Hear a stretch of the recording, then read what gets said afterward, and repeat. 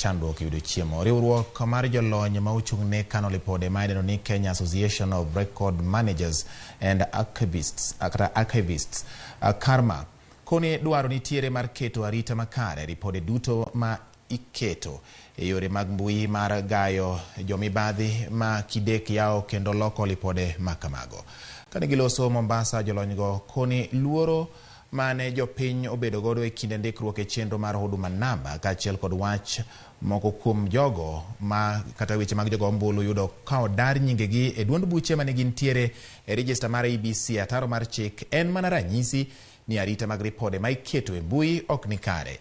Gikone achiel kuom twak magitimo e romo ma galamoro magibago Mombasa en rango kaka ginyalo rakore kod midhiero manitiere chenro mag mbui kaachiel kod rango yore maginyalo bero godo chenro ma opogore ma itayo godo yore mag mbui.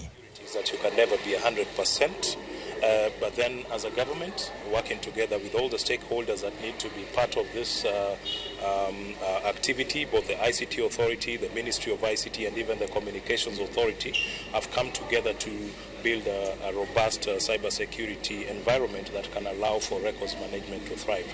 A lot has been done by government through these agencies that I've mentioned to ensure that cybersecurity is of a major focus, not just for the elections like you talked about, but also for other spheres of ICT in government. And not just for government, but any other services that Mwananchi is supposed to take. There's a big challenge around the infrastructure to support that. If you think about digital, do we have the right technology in place? Do we have the right application, the right softwares to support that? There's also, of course, the challenge around the talent and the right skills to drive that. We have challenges around standardization. Across the country, we have over 100 standards supporting management of information. So that's an area also we are trying to look at how do we domesticate some of these standards, whether there's uniformity.